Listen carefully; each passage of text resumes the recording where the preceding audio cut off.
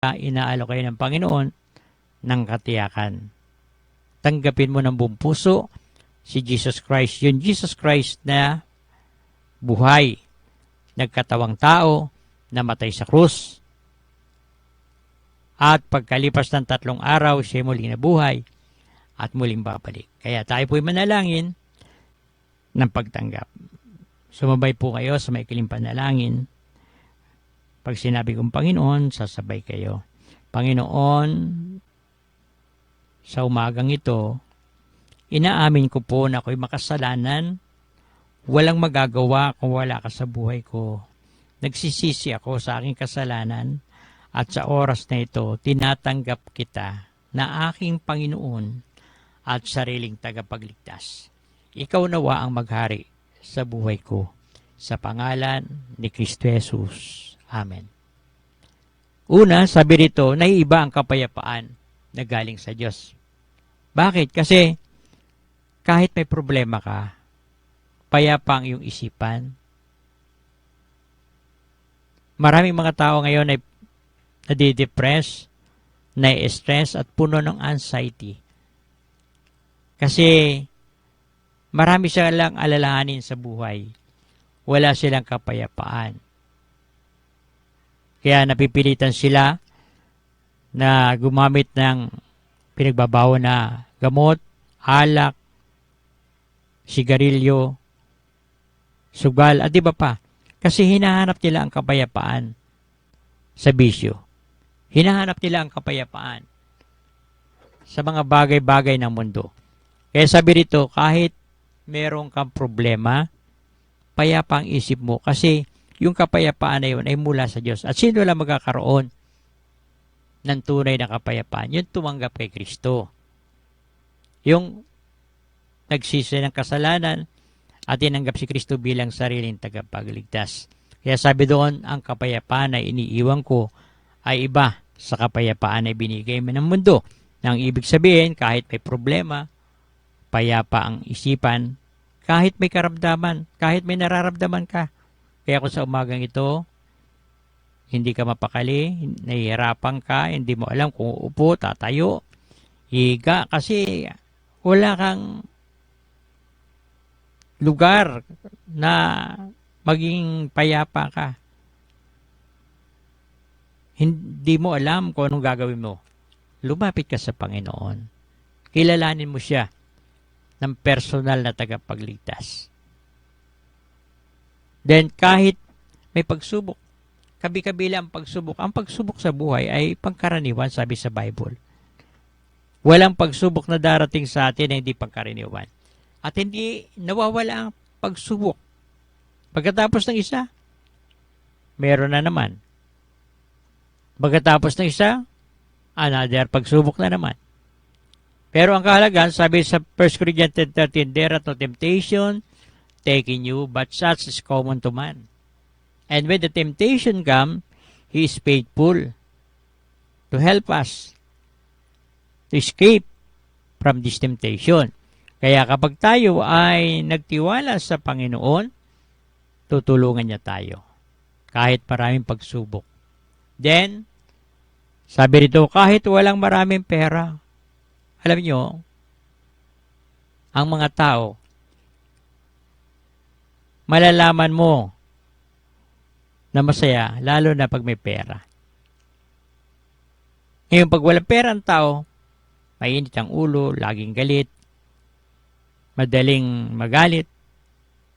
Pero ang isang mananampalataya kay Kristo at may tunay na kapayapaan, kahit walang karamihang pera, siya ay payapang isip. Bakit?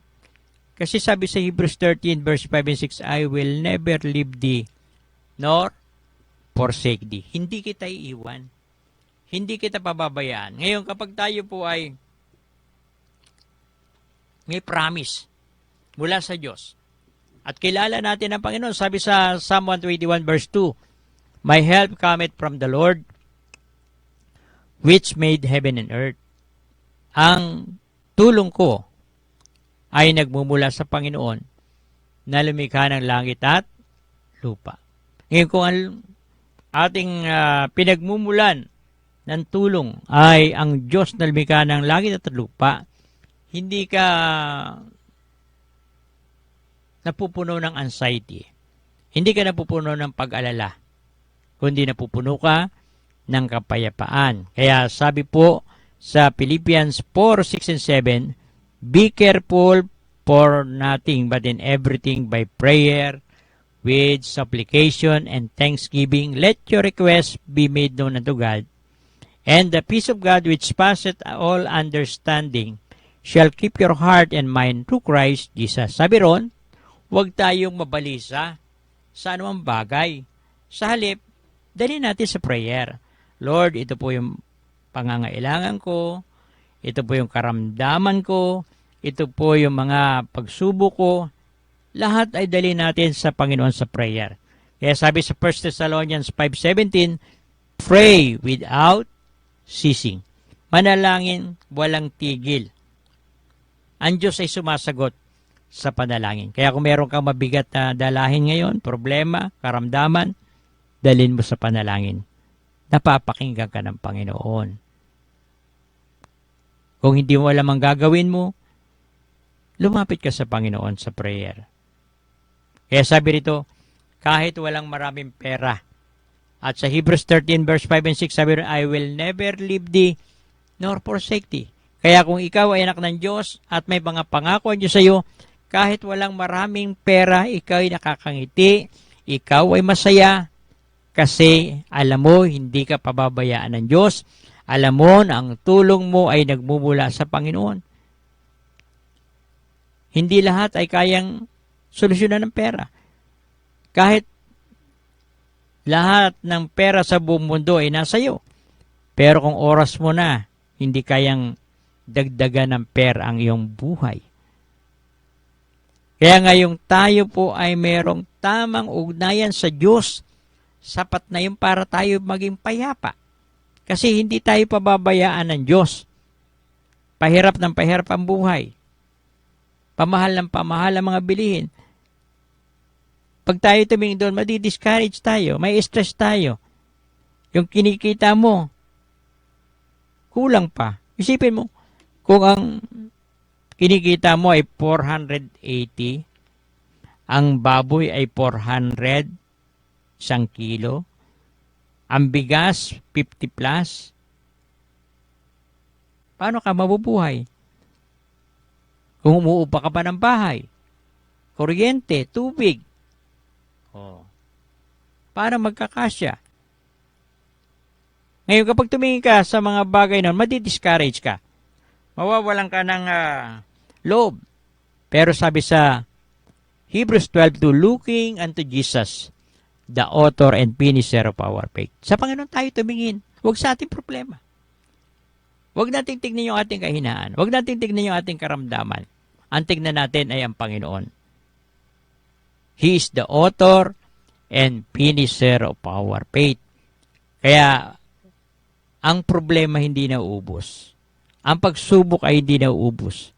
Ang karamdaman, maaaring wala ka ngayon, pero hindi mo alam, meron ka na palang karamdaman. Huwag mo sabihin na wala kang sakit. Hindi mo palang nararamdaman, pero may sakit ka na pala. Kaya, the best talaga, yung lumapit tayo sa Diyos. Huwag natin pababayaan na hindi lumapit sa Panginoon. Na kahit meron kang problema, kahit meron kang karamdaman, kahit meron kang pagsubok, kahit wala kang maraming pera, payapa ang isip mo. Kasi may backup ka eh. Lagi natin nahalin tulad, yung isang tao na may pera sa bangko o may itinatago siyang pera. Ngayon, pag dumating yung mga babayarin, kahit kabi-kabila yan, nakangiti siya kasi may backup siya. May pambayad siya. Pero ang tao na walang pambayad, pinagpapawisan. Hindi niya alam ang gagawin niya. Kabi-kabila ang problema niya. Kabi-kabila ang pagsubok niya na nagiging dahilan para magkaroon siya ng karamdaman kasi wala siyang pera. Pero ang isang tao na nagtiwala kay Kristo, may Diyos na umaalalay sa kanya, binibigyan siya ng tinatawag na kaalaman. At lagi natin sinasabi, mamuhay tayo ayon sa ating kakayanan. Tayo rin na nagpapahirap sa sarili natin. Ngayon kung ikaw ay sumisweldo ng 480, di, magtiis ka na lang muna sa gulay. Magtiis ka na lang muna sa yung kakayanan. Naalala ko nung kami mag-asawa pa lang, noodles, okay na kami. Pag may birthday, pansit Mickey lang, okay na. May sardinas, ang sarap na noon. Ganon din mga anak ko, lumaki sila na tuwing may birthday, pansit Mickey, may sardinas, sarap na. Pero nung makagraduate sila, may trabaho na sila, hindi na Mickey. Sa mga restaurant na. Pero nagsimula, saan? Sa Mickey lang. Masaya na kami. Kaya huwag tayong mamuhay sa hindi natin kaya. Kaya tayo nahirapan. Kung kaya mo lang maglakad, yung pala ang kaya mo, mabuhay ka sa naglalakad. Huwag kang mahiya. Yun lang ang kaya mo muna. Then, medyo umasenso ka ng konti. Kaya mo na bumili ng bisikleta. O ngayon, nakabisikleta ka na. Ngayon, nagsikap ka ulit. Nakakaya ka ng makakuha ng hulugan ng motor. Tapos, nag-level up ka ulit. 4 wheels na. O. Pero hindi, saglit lang yun, mahabang panahon yun. Pero ang maganda, nag-level up ka. Pero, nagsisimula ka pa lang, gusto mo, kotse ka agad. Wala ka naman panghulog. Ngayon, paano pag nahatak? Lalo nakakahiya, di ba? Dapat mamuhay tayo ayon sa ating kakayanan. At lagi natin sinasabi, kung ano tayo ngayon, may kinalaman yung nakaraan. Kung wala kang pagsisikap, wala kang ginagawang paraan para umunlad, paano ka umunlad? Kaya yung ating pang-araw-araw na performance ay isang investment yan. Kung ikaw ay empleyado, pagbutihin mo ang pagtatrabaho mo. Kasi investment yan. Kung ikay nag-aaral, pagbutihin mo ang pag-aaral mo. Kasi investment yan. O ano man ang ginagawa mo, gawin mo ng maayos. Kasi yan ay magiging investment mo. Magiging asset mo yan, hindi liabilities. Kaya dapat gawin natin ng maayos. At magiging payapa ang isip natin. Kung may problema ka next year o anumang problema, medyo iba na sa problema mo ngayon. Nag-level up ka na. Pero hindi ka umaalis sa level 1 kapag sa naglalaro. Level 1 ka ng level 1 kasi hindi ka makaalis. Dapat maka-level up ka para mag-level 2. Ganun din po sa problema natin. Kailangan natin na mag-level up. Ito dati ang problema ko. Pero ngayon, ito na ngayon ang problema ko. Dati ang problema mo lang, maglakad. Tsinelas. Pambili ng tsinelas lang ang problema mo. Nag-level up ka. Pambili ng gulong ng bisikleta. Nag-level up ka ulit. Pambili ng gulong ng motor. At nung mag-level up ka ng panibago, gulong naman ng kotse, mas mahal yun. Diba? Pero at least nag-level up ka. Kaya ano ang bagay na ginagawa natin? Mahalaga po na meron tayong kapayapaan. Kasi kung wala kang kapayapaan, ikaw ay may hikayat na subukan ang ibang parang para maging masaya, maging payapa. Kaya yung iba, nahatak ng tinatawag na maling impluensya. Paggamit ng ipinagbabawal na gamot na hindi naman nakakatulong kundi nakakapagpahamak pa. Ganon din ang alak. Dapat lumapit ka kay Kristo. Dapat makilala mo siya. Then ikalawa, sa ating pinag-aaralan, libre na binibigay. Ay, isipin nyo, libre. Yung pinagbabawal na gamot, hindi libre yan. Baka sa unang tikim, libre. Pero ikalawa, ikatlo, magbabayad ka na mahal, tapos makukulong ka pa pag nahuli ka. Samantalang ang kapayapaan na galing sa Diyos, walang bayad. Lalapit ka lang sa Panginoon. Makikinig ka lang ng kanyang salita. Na kapag meron kang kapayapaan na galing sa Diyos, walang bayad. Una sa kanyang mga anak. John 1:12, datapwat ang lahat na sa kanya nagsitanggap ay pinagkalooban niya sila ng karapatan ng pagiging anak ng Diyos sa makatuwid bagay ang sumampalataya sa kanyang pangalan. Kaya kapag anak ka ng Diyos, ikaw ay candidate sa pagkakaroon ng kapayapaan. Libre. Isipin mo yung iba, gumagastos ng alak, gumagastos ng malaking halaga para magbiyahe. Payapa sila habang nakatingin sa mga magagandang tanawin, pero pag uwi nila, naroon na naman yung kaguluhan, naroon na naman yung problema. Ganon din yung alak, ang mahal ng alak. Kaya hanggang sa ikay maging adik sa alak, payapa ka lang habang ikaw ay umiinom. Makatulog. Pagising mo, nariyan na naman yung problema. Kaya sabi nito, ito'y libreng ibinibigay ng Diyos sa kanyang mga lingkod. Kaya kung ikay naglilingkod sa Diyos, totoong anak ka ng Diyos, at talaga naglilingkod ka, sabi sa Bible, libre ito, ibinibigay sa kanyang mga lingkod. Kaya kapag nagtiwala tayo sa Panginoon, magkakaroon tayo ng tunay na kapayapaan. Payapa ang isip mo. Payapa ang iyong pakiramdam. Kasi kasama mo ang Panginoon. Hindi ka iiwan ng Diyos. Maaring iwanan ka ng ibang tao. Iwanan ka na ng lahat. Pero ang Diyos, hindi ka niya iiwan. Then, sabi diyan, sa lahat na nagtitiwala sa Kanya. Ngayong umaga, nagtitiwala ka ba sa Diyos? Hindi natin nakikita ang Diyos.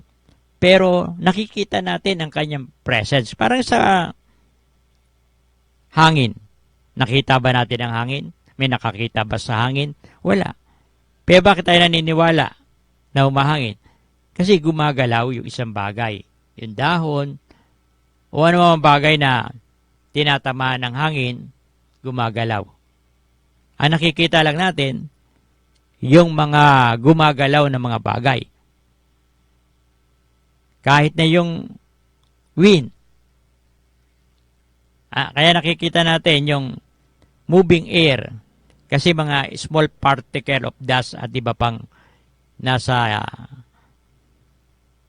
himpapawid. Nakikita natin yon. Pero yung mismong hangin, hindi natin na nakikita. Ang nakikita lang natin yung mga particles, yung mga alikabok, yung mga bagay-bagay na nagsasama-sama na tinataboy ng hangin. Pero yung hangin mismo, hindi natin nakikita. Ganoon din po ang Diyos. Ang Diyos ay Espiritu. Hindi natin nakikita ang Espiritu. Pero nakikita natin ang gawa ng Diyos. Yung tayo nagising na masaya, payapa, gawa ng Diyos yan. Yung ating mundo na hindi nasasalpukan ng bulalakaw, gawa ng Diyos yan.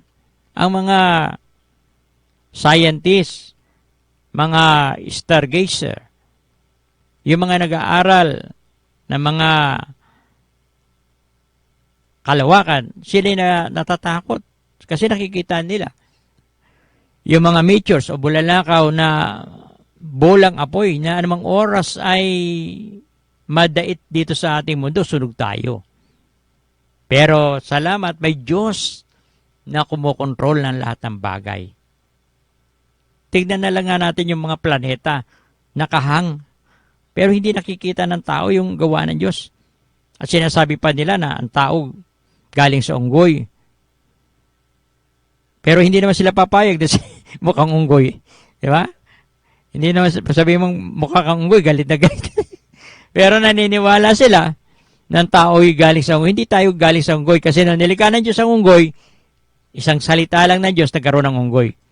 Pero ang tao, kahit magmukhang unggoy pa yan, Galing yan sa Diyos, hininga ng Diyos.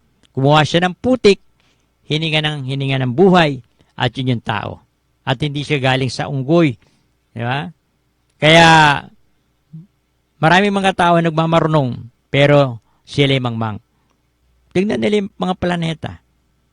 At walang bagay na nag-evolve mula sa isang bagay. Kahit tumagal ang panahon, magdi-depreciate pa nga yan eh. Hindi yan mabubuo eh. Oh. Dahil ang tinuturo nila, mula sa isang bagay, pagdating ng panahon, magkakaroon ng another bagay. Development, hindi ganoon. Depreciation. Kaya nga, ang sasakyan, ang building, o anumang bagay, pag tumatagal, nagmumura. Pera lang ang lupa kasi hindi naman nagdi-depreciate ang lupa eh.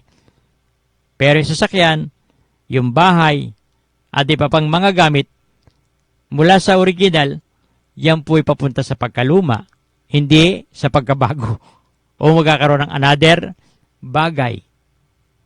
Kaya, mahalaga po na maunawaan natin na merong buhay na Diyos na nagbibigay sa atin ng tunay na kapayapaan.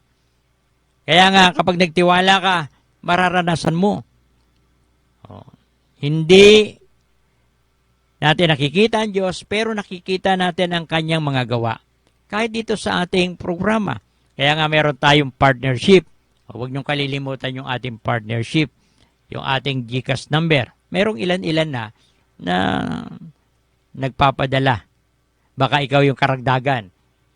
Kahit na maliliit lang yan, 40, 50, 100, naiipon din. Natutuwa ko doon sa ating mga kaibigang pastor dito sa Marinduque na sila ay nag-aambag 50, 100 every meeting namin. O sa March 10, meron na naman kaming prayer fellowship ng mga pastor dito sa buong Marinduque.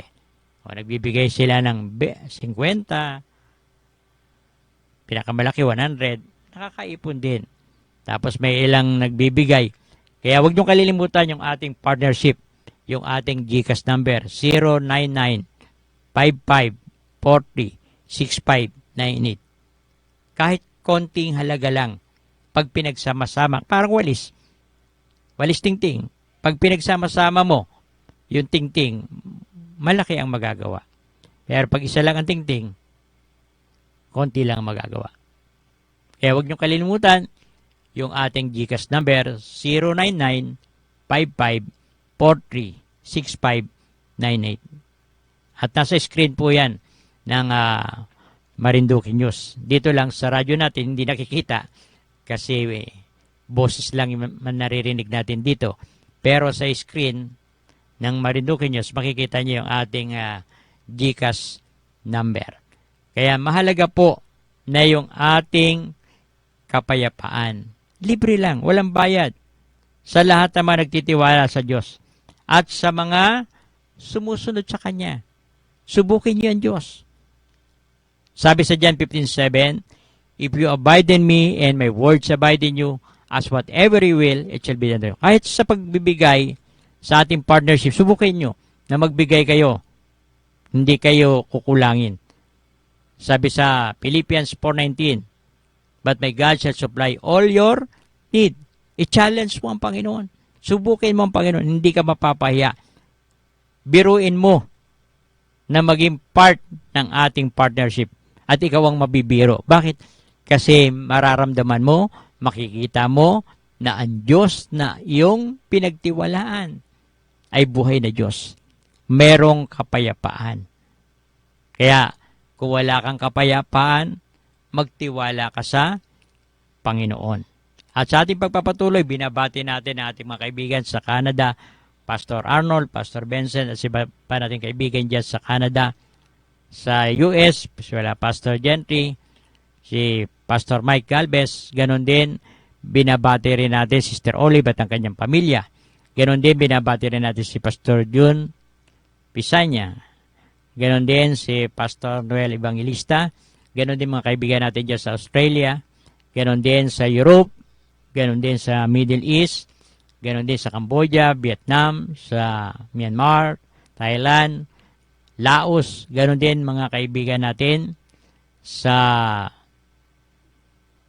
Africa, sa Uganda, sa Zambia, ganon din sa Madagascar, ganon din sa iba't ibang lugar sa Africa, ganon din sa India, mga kaibigan natin sa India. Ganon din sa iba't ibang bansa na meron tayong partner. At ganon din, binabati rin natin si Dr. Edwin Tan, si Dr. Perdi Marasigan, si Bishop Robel Solesa. Ganon din binabati rin natin si Pastor Ansel Lucena at ang lahat ng magagaling sa Project 8 Bible Baptist Church at mga misyon. Ganon din binabati rin natin si Ate Raquel, si Kuya Jimmy, si Ate Babe, si Elizabeth, si Chel, si Nunoy, si Susan, si Clark, si Blaine, si Jam at si Oliver. Ganon din si Ate Alice, si Ate Annie, si Ingo, si Eleanor, si Jefferson at Emily. Tayo po ay manalangin, sumandali, dakilang Diyos na makapangyarihan sa lahat. Sa umagang ito, muli lumalapit kami sa iyo, may kababaang loob. Ipinapanalangin namin o Diyos ang aming bansa, ang aming Pangulo, ang aming mga leader at mga cabinet secretary, ganon din ang aming governor, congressman, mayor, ganon din si PD. Ganon din po binabati rin namin, o pinapanalangin din namin yung mga may karamdaman, ganon din po yung mga may mabibigat na dalahin sa buhay. Ikaw po ang magpagaling sa kanila at tumulong sa kanila. At patuloy na ikaw, Diyos, ang magbigay sa amin ng pagtatagumpay. Ang lahat nito ay aming dalangin, pinasalamatan sa matamis na pangalan ni Kristo Jesus. Amen. At sa ating mga pagbati, una sa lahat, binabati ko ang aking may bahay, Sister Jenny, ganon din si Jemima, si Roland, si Sophia, si Joy, si Jabe, si Sia, si Ian, si Jaylin, si Parch, ganon din si Ledor, si Argel, si Cristel at si Kim. Ganon din ang lahat ng member ng Solid Rock Bible Baptist Church. Binabati rin natin mga kaibigan natin pastor sa buong Marinduque. Binabati rin natin si PD, Colonel Cornelius, si Taneda Jr., ang Batch 81 ng Malindig Institute, binabati natin. Ang Dibilia Alumni, ang PSWDO, ang MSWDO, ang Team PD o Soul, Team Daniel, Team Moses. Binabati rin natin si Ma'am Mercy, si Ma'am Ella, si Ma'am Kawili, si Tatang Oka, si Ma'am Lorna Naling. Ganon din mga taga-Kausugan, ang Buwak at Mugpog Fire Station, ang Buwak at Mugpog MPS, ang mga taga-motor trade, mga taga-kampo. Ganon din niya sa palengke, sa gulayan, sa karinderya, sa mga grocery store, sa mga jeepney at tricycle driver, at sa lahat na nakikinig sa atin, sa iba't ibang bayan, at ganoon din sa Marinduque News, sa Lux 7 Cable Channel 3 na nanonood sa atin, at sa lahat ng ating mga tagapanood. Ang lahat ay binabati natin. At ganoon din, tayo po ay nag-aanyaya every Sunday, 9 to 11:30 sa Solid Rock Bible Baptist Church. At pag Wednesday, 6:30. Pag Friday, 6:30. At every Saturday, 11 to 11:30. Ito po ang inyong lingkod, Bishop Fred Riego. Magandang umaga at ang pagpapala ng Panginoon ang sumating lahat.